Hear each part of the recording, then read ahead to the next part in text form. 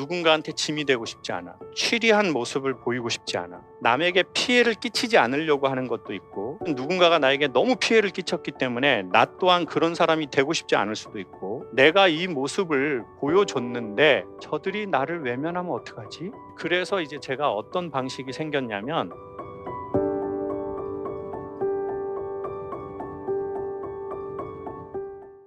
대학교 4학년 11월부터 시작하여 지금까지 단 한순간도 쉬지 않고 보육 현장에 있었습니다. 힘들었지만 아이들을 보며 함께 일하는 동료들에게 기운을 받으며 잘 달려왔습니다. 50이 넘은 지금 많은 감정 노동에 자꾸 현장에서 벗어나고 싶습니다.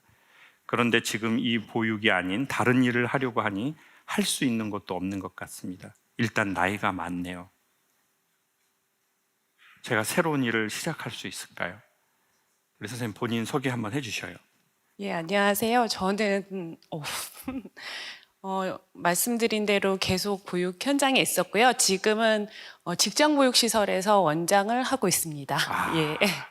우리 그러면은 그 유치원인가요, 원장님? 아니요, 어린이집이요. 어린이집. 예.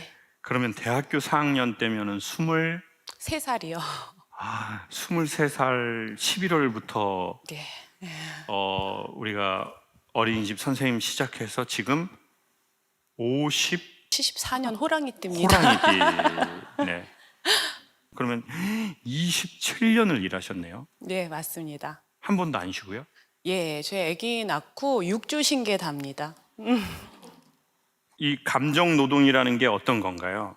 저희도 이제 강사님 못지않게 이제 다양한 그 부모님들의 직군의 이제 이야기를 듣는데, 이제 교사 때는 잘 몰랐었는데 원장이 되고 나니까 근데 사실 지금 보육교사들이 굉장히 힘들거든요. 아이들 보는 것도 힘든데 이들에게 더 힘든 거는 이제 그 다양한 부모님들의 민원 예, 이런 것들이 굉장히 어린 선생님들이에요. 지금 나이들도 점점 어려져서 딸 같은 그런 선생님들한테 이제 정말 말도 안 되는 요구들, 그 다음에 뭐 이런 것들이 한 번씩 올 때마다 힘들어하는 걸 보니 이제 그런 선생님들을 어르고 달래는 것도 이제 원장이 되니까 너무 힘들고, 또 이제 그게 저한테까지 올라왔을 때 이제 그런 것들을 처리해야 되는 것들이 굉장히 이제 저도 지치고요.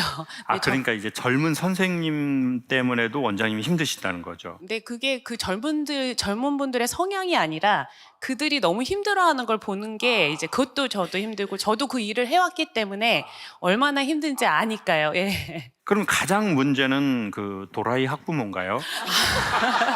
아닙니다. 아닙니까? 그러니까 저도 아기를 기르면서 그 어머님들의 마음 충분히 이해하고 그런데요. 이제 아까 지금 요 앞전 얘기를 들으셨는데 저는 제 일이 너무 좋거든요. 그래서 가슴이 뛰고 뭐 즐거워야 되는데, 제가 지금 계속 드는 생각이 한 번도 이 일이 싫지는 않았었는데 이제는 일이 조금 버겁다라는 생각이 자꾸 드는 게, 지금 저한테 내가 이 일이 지금 싫어지는 게 아닌가라는 두려움이랑, 거기는 그렇게 적었지만 제일 제가 지금 걱정인 건 한 번도 쉬지를 않았기 때문에 과연 내가 이 일을 놓고도 뭔가를 할 수 있을까, 그러니까 어디 소속이 아닌 상태에서 뭘 할 수 있을까, 그런 게 제일 걱정이 되기는 합니다. 근데 일단은 뭐 이런 얘기를 우리가 이렇게 솔직하게 진솔하게 얘기할 수 있는 장이 있다는 것이 저는 우리에게 참 고마운 일인 것 같아요. 우리 모두에게. 어느 날 저는 이런 생각을 조금 해봤습니다. 저는 강의가 너무 좋았거든요. 사람들을 만나는 게 너무 좋았고, 그리고 제가 그걸 할 때 너무 신났고, 그것으로 인해 사람들이 좋아지는 걸 보고 너무 신났어요. 돈을 초월해서. 그랬기 때문에 더 일이 잘 됐겠죠. 근데 예상 못한 일이 생기더라고요. 그게 뭐냐면, 일을 되게 잘하는 사람들은요, 모든 분야에서 제가 보기에 해녀 같다는 느낌이 들어요. 무슨 의미냐면, 크게 세 종류의 해녀가 있어요. 3m에서 7m까지 잠수할 수 있는 해녀를 하군이라고 해요. 3m, 5m, 7m.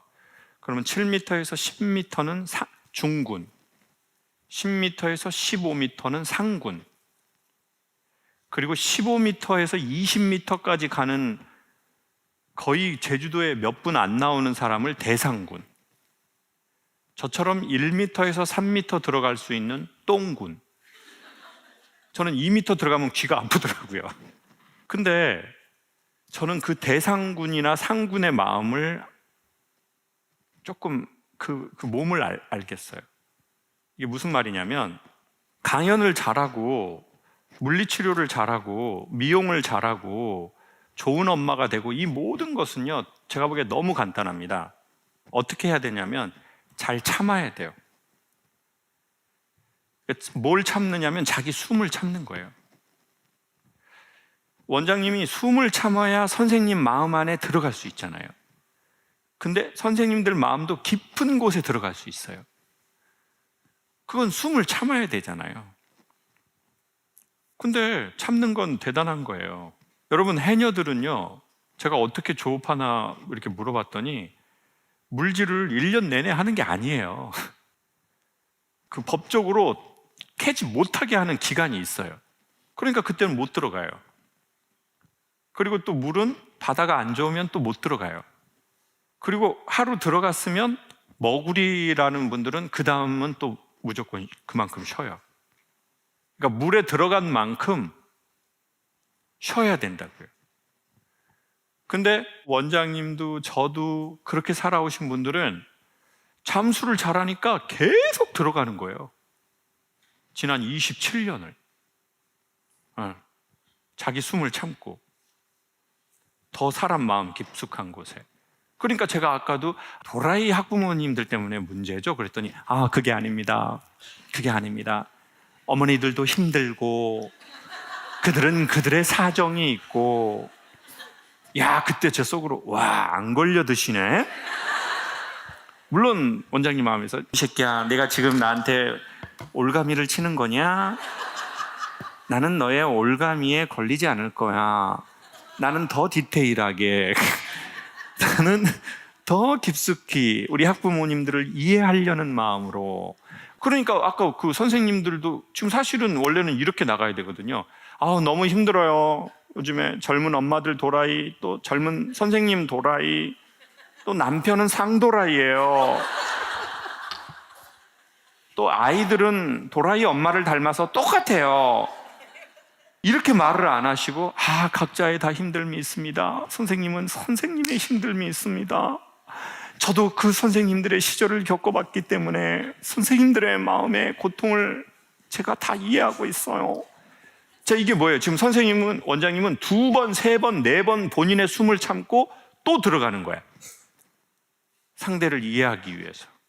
왜? 그래야지 결국 선생님 마음을 얻고 학부모 마음도 얻고 아이들도 변화되는 것을 지난 30년 가까운 시절 현장에서 봤기 때문이에요.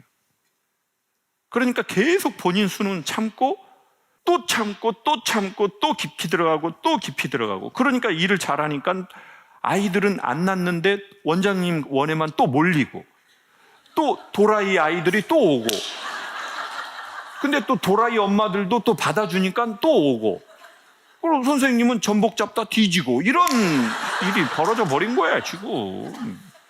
이런 일이 벌어져 버렸다고요 지금. 그래서 저는 너무 간단하게 추천하고 싶습니다. 잠수한 만큼 쉬어야죠. 그게 머구리의 법칙인데. 근데 27년 동안 지금 말씀하신 대로 20 초반에 그 어린 친구가 시작을 해서 이제 중년의 여성이 될 동안 잠수를 얼마나 많이 했고 본인 숨을 얼마나 많이 참았냔 말이에요. 모두 다 이해하려고 하고. 왜 이해하려고 해요? 그래야 그들 마음에 감동을 캘 수 있으니까. 그건 교육에 대한, 마음에 대한 문제가 아닙니다. 내 사명감의 문제도 아니에요.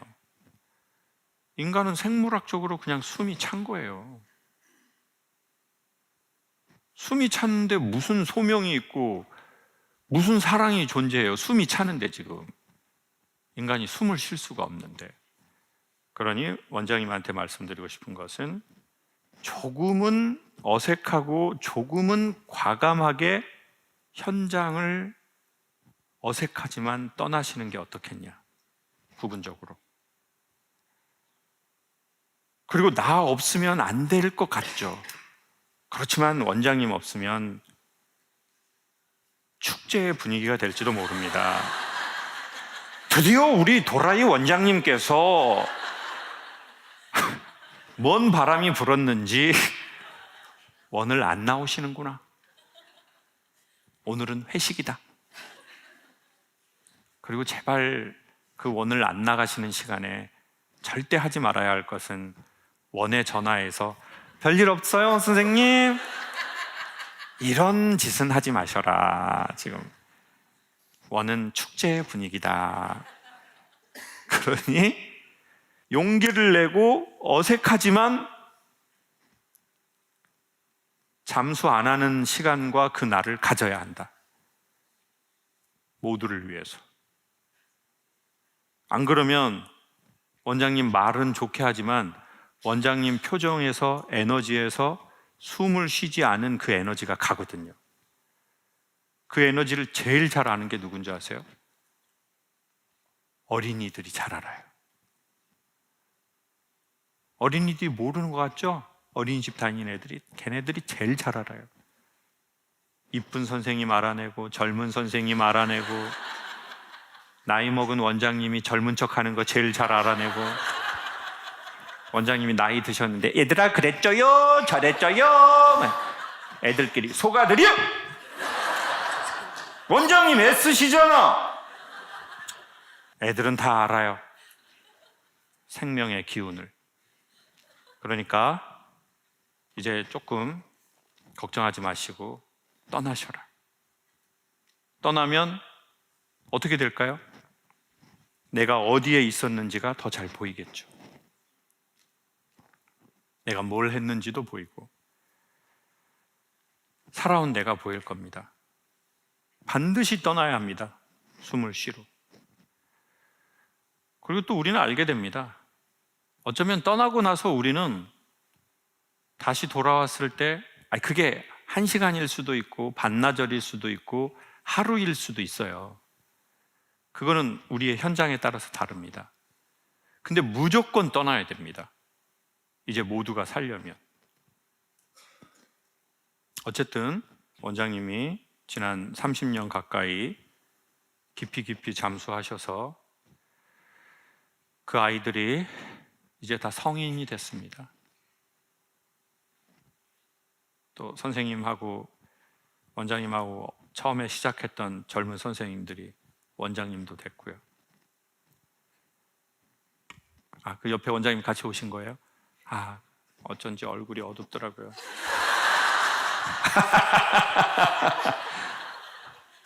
또 우리 후배 원장님 눈물 많이 날 거예요. 또 진짜 살아온 세월이 보이는구나 진짜. 어쨌든 대한민국이 이게 뭐 아이 낳기 어려운 환경들이 돼서 아이 안 낳고 우리 지금 전 세계적으로 결혼도 지금 하기 힘들고 아이도 낳기 힘들어서 그런 세상인데, 그거 육아 교육 엄청 국가가 지원해 줘야 됩니다. 지금 그런 단체도 지원해 줘야 되고 학부모도 지원해 줘야 되고. 어쨌든 아이 낳고 아이 기르기 어려운 이 대한민국의 현실에서 원장님이 30년 가까이 본인 숨을 참고 수만 번의 잠수를 하셔서 선생님 마음, 학부모 마음, 아이들의 마음을 캐셨기 때문에 대한민국이 큰 덕을 받습니다. 감사합니다. 안녕하세요, 강사님. 저는 마음을 치료하고 싶을 때, 강해지고 싶을 때 선생님의 강연을 찾아보는 대학생입니다. 저는 지금 인간관계에 많이 지쳐 있습니다. 감사하게도 가족 덕분에 조금은 넓은 그릇을 가져 때로는 관계가 건강하지 않음을 알면서도 그들도 처음 사는 삶인데 당연히 실수하고 배우는 과정이었겠지 믿고 싶으면서도 지칩니다. 앞으로 수많은 이별이 찾아올 텐데 어떻게 하면 제 삶에 스며든 사람들과 조금은 더 성숙한 이별을 할 수 있을까요? 그리고 항상 감사합니다. 제가 무너지지 않는 이유 중 하나는 강사님의 강연입니다. 그래도 때로는 쉬어 가셨으면 좋겠습니다. 부디 건강하시기 바랍니다. 이분 대학생이에요? 대학원장님이에요? 대학교 몇 학년이세요, 우리 학생은? 지금 3학년입니다. 3학년. 전공이 어떻게 돼요? 저 지금 통역 번역하고 있습니다. 통번역? 여기에 지금 찾아왔다는 힘든 얘기가 이게 무슨 얘기인지 살짝 뭐 가능한 범위 안에서 얘기해 줄 수 있어요? 얼마 전에 음. 가까운 친구랑도 되게 소리 없이 이제 사이를 정리를 했고. 이성이에요, 동성이에요? 동성이요. 동성인데. 네. 음. 되게 오랫동안 봤던 사람들인데 그 사람들을 제가 끊어내지 못했던 게 그래도 20 대라는 핑계 앞에서 조금 더 믿어보고 싶었는데 거기에 제가 조금 지친 것 같습니다. 근데 지금 우리 여학생의 질문은 사실은 본질을 딱 이렇게 마주치지 않고 살짝 빙빙 도는데 본인은 그걸 알아요? 혹시 어떤 면에서? 직접적으로 본인을 봐야 되는데 지금 언어들은 다 이렇게 돌거든요. 응? 근데 만약에 진짜 조금이라도 도움이 되고 싶으면 자기를 직면하는 질문이 도움이 되거든요. 그러니까 이 글들은 다 되게 지식이 있고 감성이 있고 진정성이 다 있지만 직면하는 질문은 아니라는 거죠. 제 생각은. 저는 음, 힘든 일이 있으면은 음, 그거를 받아들이고 조금 무너져도 괜찮은 건지 아니면 지금은 제가 현재는 음, 힘든데 주변에서 괜찮냐고 물어보고 위로를 하면 "괜찮다. 시간이 지나면 괜찮아질 거다."라고 하는데 음. 그 힘든 순간들에도 저는 눈물도 흘린 적이 없는데 왜요? 무너지면 제가 너무 힘들어질 걸 알아서 그 모습을 보기가 오케이. 싫어요. 자, 그러면 이게 포인트예요. 내가 너무 힘들고 무너질 것 같은데 여기서 울어도 되냐? 무너져도 되냐? 근데 그러면 우리가 지금 이제야 24살, 4살? 근데 지금 3학년이라고 그랬어요? 제가 외국에서 왔는데 아, 어 한국 학교를 다닐 때 1 년을 늦게 가 가지고 아. 그래서 그럼 외국에 오래 있었어요? 외국에서 태어나서 한국에 왔습니다. 어느 나라요? 카자흐스탄에서 왔어요. 그래요. 오래? 초등학교 때 어, 왔는데 어, 제가 교포라서 어. 그래서 그러면 그 카자흐스탄에서 우리가 살다가 여기 온 게 우리 친구한테 어떤 영향을 미쳤어요? 성장 과정에? 초등학교 때는 친구들이 쪼끔 속상하게 한 적도 되게 많았고 뭐 때문에요? 그냥 외국인이라는 인식 때문에 그런 차별 아닌 차별을 외국인? 쪼끔. 한국 사람 아니에요? 저희 외할머니 증절모니 할아버지께서 한국 분이신데 어. 카자흐스탄으로 그때 이제 소련 시기 때 음. 넘어가셔서 그래서요. 제가 4 세대. 아. 그러니까 그거에 대한 이제 아이들이 그런 거 모르니까 네. 그걸 놀렸어요? 여러 가지 이제 속상한 일들은 많았어요. 음. 이제 서서히 그 원인들이 조금씩 나오는 것 같습니다. 제가 어렸을 적에 시장에 엄마가 데리고 가면 시장 아줌마들이 저보고 "너가 아버지 미국 놈이지?"라고 물어보더라고요. 그때는 이제 외국 사람은 다 미국 사람이었거든요. 그래서 제가 이제 그 말이 좋은 말이 그러니까 좋은 느낌이 아니었던 것 같아요. 어린 내가 듣기에. 그 아줌마는 사실은 그렇게까지 나쁜 느낌은 아니었고 뭐 "귀엽다. 이놈 외국에 닮았네?" 이런 거였는데 저는 제 마음이 너무 힘드니까 너무 어리니까 이제 이렇게 됐던 것 같아요. 예. 근데 아마 우리 친구가 어렸을 적부터 그런 이제 가정의 배경에서 성장하고 그런 시선이나 그런 느낌을 계속 받았기 때문에 거기에서 생긴 원인이겠죠, 우리가. 그런 것 같죠. 네. 그러니까 내가 여기서 탁 무너지면 더 한정없이 무너져 버릴 것 같은 그런 느낌. 그러니까 나를 자꾸 버팅기다가 이제 억울해진 게 쌓이고 쌓이고 쌓이다가 어느 임계점을 넘어서는 순간 지금 본인과 같은 이 느낌과는 상당히 다른 느낌이 나올 수 있는 거죠. 맞아요? 많이 예민해지는 것 같아요. 이제 그 시기가 이제 지금은 이제 우리가 다문화 가정이나 우리 뭐 한국 민족이나 또 외국에 체류하는 우리 민족에 대한 이 인식이 조금씩 좋아지지만 그때는 이게 되게 어두운 시절이니까 그 시절에 대한 인식이 또 어린애들이 뭘 모르니까 막 이렇게 몰고 갔던 것 같아요. 지금은 이렇게 무너지거나 이러면은 엄마 아버지가 좀 이렇게 받아주세요. 어떠세요? 제 얘기를 잘 들어주시고 조언도 해주시는데 어. 제가 그런 모습을 보여드리기가 싫어서 항상 일기를 쓰는데 어. 그걸로도 뭔가 치유가 안 되고 해결이 안 되는 것 같아요. 마지막으로 그 말씀을 드릴게요. 너무 일찍 철이 나거나 주위 상황을 잘 살피는 사람들은 가족에게 짐이 되기 싫어하는 사람이 있어요. 그리고 몽골에 사는 아주 명견이 있어요. 늑대 잡는 개가 있어요. 근데 이제 그 개는 자기가 죽을 때가 되잖아요. 그러면 자기 무리를 떠나버려요. 그리고 자기 죽는 모습을 그 누구에게도 보이지 않아요. 근데 살짝 저는 그게 제 모습 같다는 느낌이 오늘 사실 들어서 그 얘기를 하려고 했었거든요. 그러니까 누군가한테 짐이 되고 싶지 않아. 누군가한테 내 이 취리한 모습을 보이고 싶지 않아. 근데 그 심리 중에 하나는 뭐냐면 남에게 피해를 끼치지 않으려고 하는 것도 있고 어쩌면 누군가가 나에게 너무 피해를 끼쳤기 때문에 나 또한 그런 사람이 되고 싶지 않을 수도 있고 근데 제가 또 하나 발견한 저의 스스로의 모습은 뭐냐면 내가 이 모습을 보여줬는데 저들이 나를 외면하면 어떡하지? 나의 가장 취약한 모습을 보여줬는데 그래서 이제 제가 어떤 방식이 생겼냐면 어쩌면 여학생하고 비슷한 건데 얘기하지 말아야지. 남한테 짐이 되지 말아야지. 마지막으론 철저하게 내가 처절하게 이렇게 얘기했는데 그렇게 상처받기가 그러니까 아예 말을 하지 말아야지. 좀 요렇게 된 것 같아요. 그렇게 하면 텐션감이 올라가요.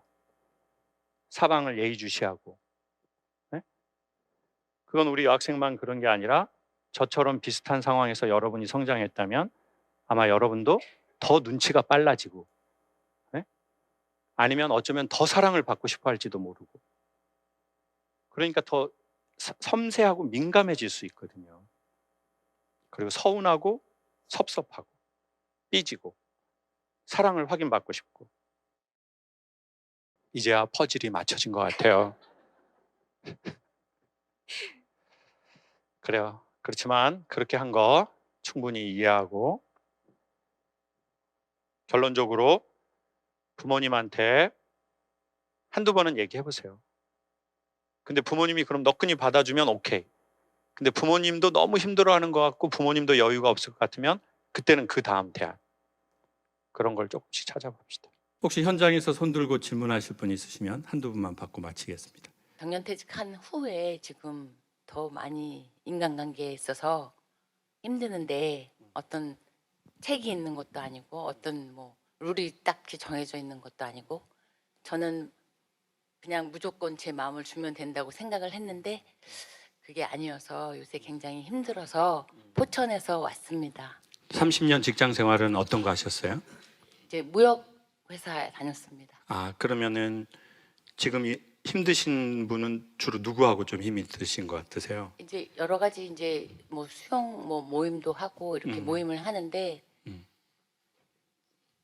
거기에서 저는 그냥 제가 마음만 주면 마음이고 뭐 물질적인 거 아까 그 말씀하신 것처럼 주면 된다고 생각을 했는데 그게 아니고 상대편은 그거를 이용하려고 하는 마음들이 생겼다거나 이제 저 혼자 스스로 생각하기를 그래서 직장 생활이 오히려 더 쉽지 않았나 그냥 한 가지만 열심히 하면 되는데 그래서 요새 굉장히 힘들어서 친구가 이렇게 같이 오기만 됐습니다. 근데 저는 너무 좋은 게 일단 사실 30년 직장 생활하고 은퇴하셨으면 그래도 이제 제 선배님이시고 진짜 여러 일을 겪으신 그 내 경험이 있는데도 또다시 내가 새로운 세계에 나왔을 때 조금 생기는 문제에 대한 것들을 내 친구한테 이야기하고 그리고 이렇게 사실 저는 이제 인생의 후배인데 그 후배한테 이렇게 얘기할 수 있다는 것은 선생님 안에 상당한 수용성과 유연함이 있기 때문에 하실 수 있는 일이거든요. 그래서 이제 앞으로의 일에서도 더 좋은 일이 생기실 거라는 말씀을 미리 드리겠습니다. 감사합니다. 일단 편히 앉으시고 제가 제 생각을 조금 얘기해 보겠습니다. 첫 번째는 어느 날 우리가 살다 보면 이런 게 있잖아요. 어렸을 때는 누가 무서워요? 아빠가 무서워요? 누가 무서워요? 호환 마마가 무섭대요. 언제적 단어입니까 그게? 그 극장 갈 때 그거 저기 뭐야 호랑이가 막 이렇게 나오면서 그거 아닙니까? 지금 호환 마마. 맞아요. 호환 마마가 무섭고 어려서는 귀신이 무섭잖아요. 근데 우리가 이제 나이가 조금씩 들면서 우리는 알게 돼요. 진짜 무서운 것은 귀신이 아니라 사람이라는 것을. 그리고 사람에게 당하는 사람이 크게 두 가지인 것 같아요. 첫 번째, 그냥 계산하지 않고 무조건 이렇게 내가 열어준 사람이 사람에게 주로 잘 당하고, 두 번째, 전에 국정원에서 잠깐 뭐 미팅이 있었는데 국정원 은퇴하시는 분들한테 강연을 좀 해달라는 거예요. 그래서 무슨 강연을 하면 좋겠냐 그랬더니 국정원에서 나가가지고 그 사기를 많이 당하시는 경우가 있대요. 그래서 아니 국정원에 계신 분들이 그것도 오래 진짜 비밀리에 엄청난 일들을 하셨는데 어떻게 사기를 당해요? 그랬더니 그 이유는 그 저 깡패하고 국정원 분하고 공무원들이 사기를 많이 당한대요. 그 왜 그러냐 했더니 어떤 놈이 감히 나한테 사기를 쳐라고 생각을 한대요. 왜냐하면 한 분야를 아는 거잖아요. 사기꾼은 여러 분야를 안대요. 근데 그럴만 하겠더라고요. 누가 나한테 사기를 쳐? 제가 속으로 그럴 거 아니에요. 저한테 저 강사님 팬입니다. 그러면 이분이 나한테 잘해주시겠지. 이렇게 생각하는데 최근에 저는 그런 일이 있었거든요. 적지 않은 돈을 사기 맞았어요. 그리고 그 사람은 자살했어요. 며칠 전까지 메시지를 했는데, 그리고 그런 일이 생기기 전에도 2번을 저한테 더 그런 일을 하려고 제안을 해왔고, 저는 그건 아닌 것 같다 했고, 그러고 나서 생긴 현상이 저한테 팬이라고 오는 사람은 뭐 살다가 보면 우리가 그런 일들이 생기기 시작하죠. 그리고 또 희한하게 이용해 먹을 가치가 있으면 더 그런 일이 생겨요. 경제적으로든 다른 무엇에 그것이든. 그리고 나이가 들면서 또 그런 일들이 생기는 것 같아요.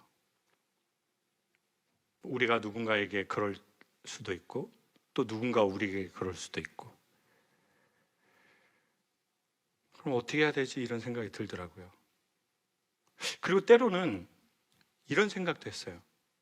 내가 헬멧 쓰고 화투를 쳤네, 이런 느낌인 거예요. 이게 무슨 말이냐면, 자, 헬멧을 썼어요. 자, 화투를 이렇게 치잖아요. 그럼 여기 헬멧에 이게 비칠 거 아니에요. 그럼 내 패가 이거 봤을 거 아니에요.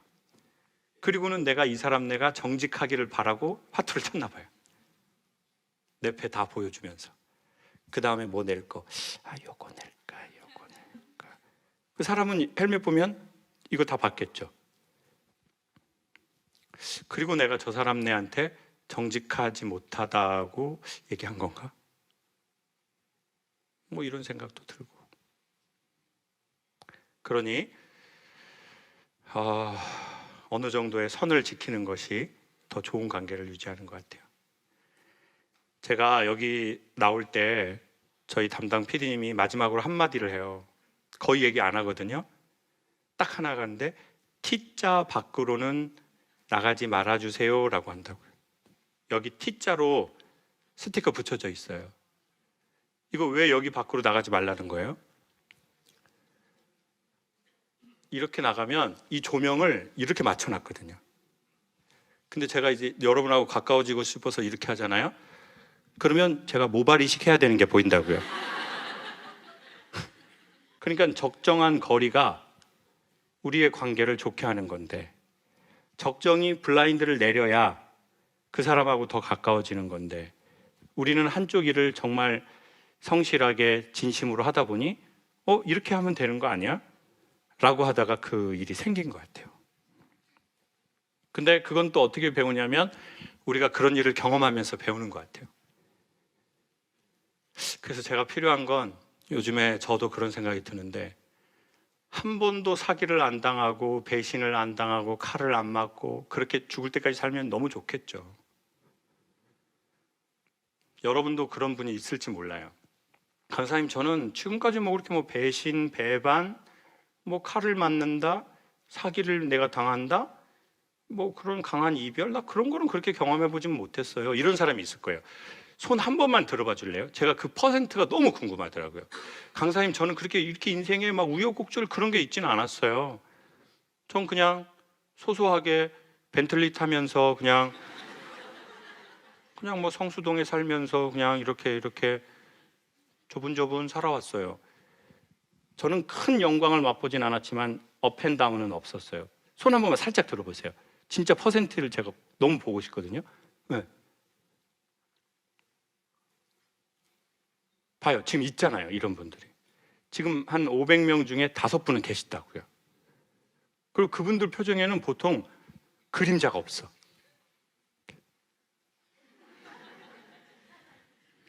지금 손 안 든 분들은 말을 안 했지 저도 복잡한 여자예요. 내 인생 웬만한 드라마보다 더 드라마틱해. 근데 이제 그런 일이 생겨버리네요. 이용해 먹을 가치가 있는 사람일수록. 여러분이 이용할 가치가 조금이라도 생기면 그런 일들이 점점 생기기 시작할 겁니다. 경제적으로든 사회적으로든 육체적으로든 그 무엇으로든. 그러면 어떻게 하면 좋겠나 그런 생각이 들더라고요. 그리고 그건 어떻게 배우나? 어쩔 수 없이 경험으로 배울 수밖에 없는 것 같아요. 문제는 그것을 계속 반복하지 않게 우리가 어떻게 하면 좀 할 수 있나? 그리고 상처를 입었는데 또다시 어떻게 세상을 향해서 마음의 문을 열 것인가? 그게 관건인 것 같아요.